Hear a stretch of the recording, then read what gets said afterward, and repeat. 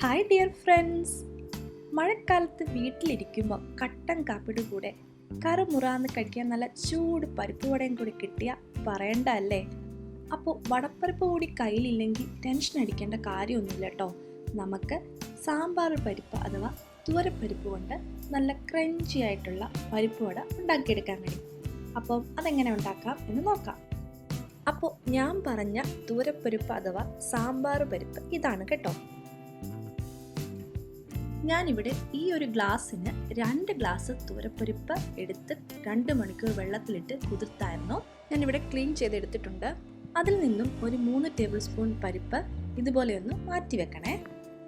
ഇനി ഇതിലേക്ക് 3 വറ്റൽമുളകും 2 പച്ചമുളകും വട്ടത്തിലരിഞ്ഞതും 1.5 ഇഞ്ച് വലിപ്പമുള്ള ഒരു ഇഞ്ചി ചെറുതായിട്ട് അരിഞ്ഞതുമാണ്. അതുപോലെ തന്നെ ഒരു വലിയ സവോള ഞാനിവിടെ കുത്തി അരിഞ്ഞത് എടുത്തിട്ടുണ്ട്. ഒരു പിടി കറിവേപ്പില കൂടി ഞാൻ ചെറുതായിട്ട് ചോപ്പ് ചെയ്തെടുത്തിട്ടുണ്ട്. 2 ടീസ്പൂൺ പെരിഞ്ചീരകം ഒന്ന് ചതച്ച് ഞാനിവിടെ എടുത്തിട്ടുണ്ട്. ആവശ്യത്തിന് ഉപ്പും കായപ്പൊടിയും എണ്ണയുമാണ് ഇനി ഇതിലേക്ക് വേണ്ടത്. ഇനി നമുക്ക് ഈ പരിപ്പൊന്ന് അരച്ചെടുക്കാം. അതിനായിട്ട് ഞാൻ മിക്സിയുടെ ജാറിലേക്ക് മാറ്റി ഇത് നന്നായിട്ട് ചതച്ചെടുക്കുന്നുണ്ട്. നമ്മൾ കൈകൊണ്ടൊന്ന് ജസ്റ്റ് ഉരുട്ടി നോക്കിയാൽ ഉരുട്ടിയെടുക്കാൻ പറ്റുന്ന പാകത്തിന് വേണം ഇത് ചതച്ചെടുക്കാൻ. വെള്ളമൊട്ടും ചേർക്കാതെ വേണം ഇത് ചതച്ചെടുക്കാൻ. അരിഞ്ഞു വെച്ചിട്ടുള്ളതെല്ലാം നമുക്കിനി ഇതിലേക്ക് ചേർത്ത് കൊടുക്കാം. ഈ അരിഞ്ഞു വെച്ചതെല്ലാം കൂടി മിക്സിയുടെ ചെറിയ ജാറിലിട്ടൊന്ന് ക്രഷ് ചെയ്ത് ചേർത്താലും കുഴപ്പമില്ല.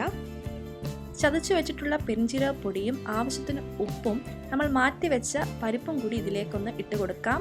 ഒരു 1/2 ടീസ്പൂൺ കായപ്പൊടി ഇതിലേക്ക് ചേർക്കുന്നുണ്ട്. അതിനുശേഷം ഇത് നന്നായിട്ടൊന്ന് മിക്സ് ചെയ്യുക. കൈകൊണ്ട് മിക്സ് ചെയ്യുന്നതായിരിക്കും ബെറ്റർ. നന്നായിട്ട് ഇത് കൈകൊണ്ട് കുഴച്ചങ്ങെടുക്കുക. ഇനി നമുക്ക് ഇതൊന്ന് പരിപ്പ് വടയുടെ ഷേപ്പിൽ ഇതുപോലെ ഒന്ന് റെഡിയാക്കി എടുക്കാം. അതിനുശേഷം ചൂടായ എണ്ണയിലേക്ക് നമുക്ക് ഡയറക്റ്റ് ഇട്ട് ഇത് ഫ്രൈ ചെയ്തെടുക്കാം.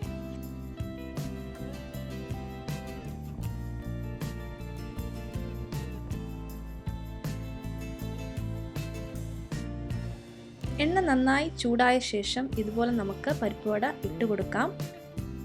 അതിനുശേഷം ലോ ടു മീഡിയം ഫ്ലെയിമിൽ വെച്ചിട്ട് വേണം നമ്മളിത് ഫ്രൈ ചെയ്തെടുക്കാൻ. അല്ലെങ്കിൽ ഇതിൻ്റെ ഉൾവശം വേഗത്തില്ല, പുറം ഭാഗം നന്നായിട്ടങ്ങ് മുരിഞ്ഞ് കിട്ടുകയും ചെയ്യും. കുറച്ച് ടൈം എടുത്ത് നമ്മൾ ഇതൊന്ന് ഫ്രൈ ചെയ്തെടുക്കണം.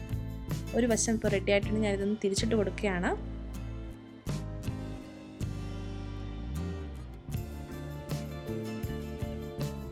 വടപ്പരിപ്പോ ചനാദാലോ ഒന്നും കയ്യിലില്ലെങ്കിൽ കൂടി നമുക്ക് വളരെ ഈസി ആയിട്ട് തുവരപ്പരിപ്പ് കൊണ്ട് ഈ പരിപ്പ് വട റെഡിയാക്കി എടുക്കാവുന്നതാണ്.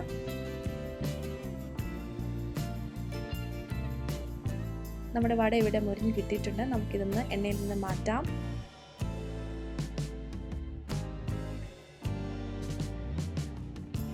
ഇതുവരെ വട ട്രൈ ചെയ്ത് നോക്കാത്തവർ ഈ ഒരു റെസിപ്പി ട്രൈ ചെയ്ത് നോക്കണം. വളരെ ഈസി ആയിട്ട് നമുക്ക് വട തയ്യാറാക്കി എടുക്കാൻ സാധിക്കും. അപ്പോൾ ഈ ഒരു റെസിപ്പി എല്ലാവർക്കും ഇഷ്ടമായെന്ന് കരുതുന്നു. വീഡിയോ ഇഷ്ടപ്പെട്ടെങ്കിൽ ലൈക്ക് ചെയ്യാനും ഷെയർ ചെയ്യാനും സബ്സ്ക്രൈബ് ചെയ്യാനും മറക്കല്ലേ. തൊട്ടടുത്തുള്ള ബെൽ ബട്ടൺ കൂടി ക്ലിക്ക് ചെയ്യണം. അപ്പോൾ വീണ്ടും ഒരു റെസിപ്പിയുമായി കാണും വരെ ബൈ.